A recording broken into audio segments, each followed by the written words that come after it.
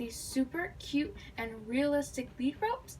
Then keep watching, because here's the craft supplies. Scissors and pliers, one jump ring and one lobster clasp, some cardboard, and a cup or something that has a round bottom to it. Last but not least, you're also going to want a writing utensil and embroidery floss.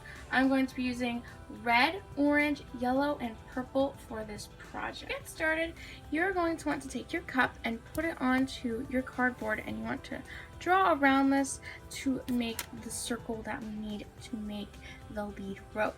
So go ahead and do that. Now that you have your circle drawn, go ahead and cut it out. Now that you have your circle cut out, you want to go ahead and make one line at the top, one line at the bottom, flip it over, repeat that process, one line on the top, one line on the bottom, then in between them, you want to make another line here, here, and then continue turning it, and then one there, and one there.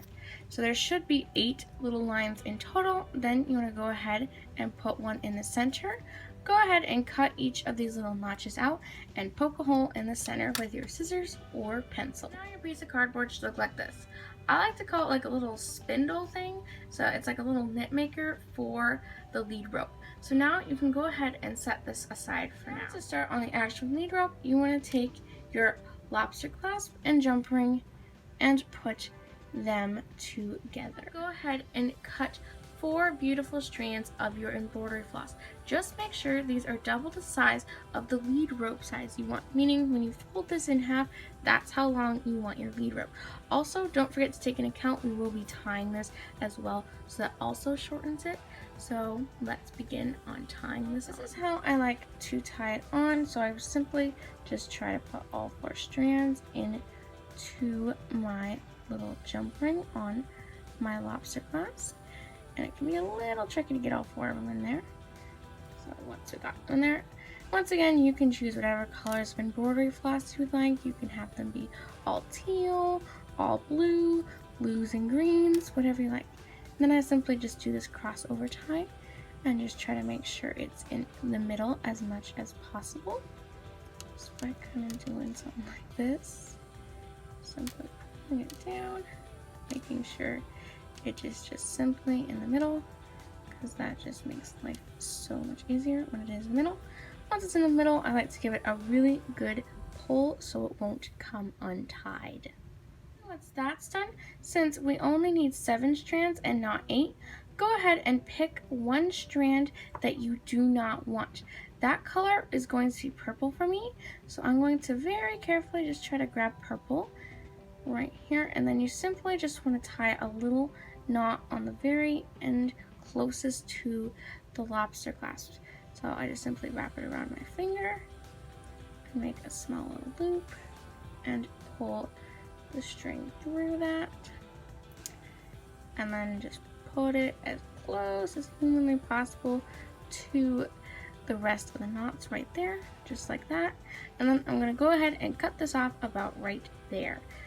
Should look something like this. As you notice on the other side, I still have some purple for the lead rope. So now, just to put it on our little knit maker, so just stick the jump ring or the lobster clasp in the hole there, and then you want to spread each one of the strings to a different slot.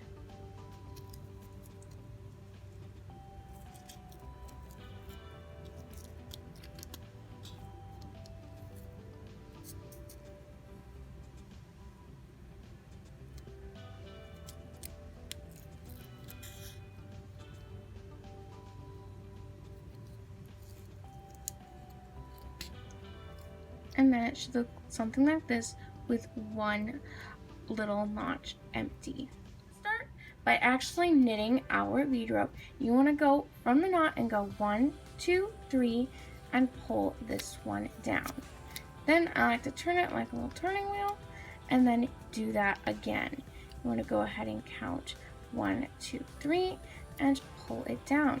You probably recognize this from a friendship bracelet technique if you do a lot of friendship bracelets. Repeat this process until your lead rope is all done. I'm just going to give you one tip. That little fuzzy knot right here, you want to try to keep this in the center as much as possible so it's in your lead rope when you are done. Otherwise, it's going to stick off to the side and stick out like a sore thumb and annoy you. So just wanted to let you all know that. So continue repeating this process until your lead rope is done. Also, as you go along, give the little jump ring a pull every now and then. One more tip, if these strings start to pop off, just put them back on. Make sure they're nice and tight. You don't want them to be loose. And once the strings get super short, that's starting to know that your lead rope is done, especially when they start popping off towards the end. The rope starts to look like this. It's looking really good. It's getting harder for me to pull the strings, so I'm going to go ahead and take it off. So what I do is I just grab each little strand and pull them off.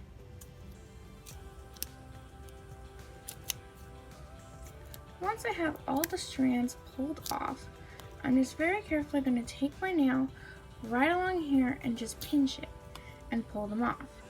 Then wrap the lead rope around my finger, pull it a little more, pull it off, pull this, and I get all those strings and strands through there, just like this.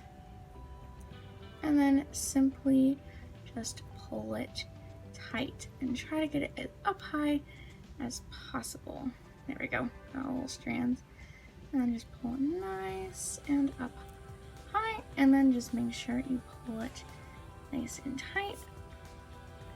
And then simply just cut off the extra. Then your lead rope should look something like this. And you're all done. Thank you so much for watching.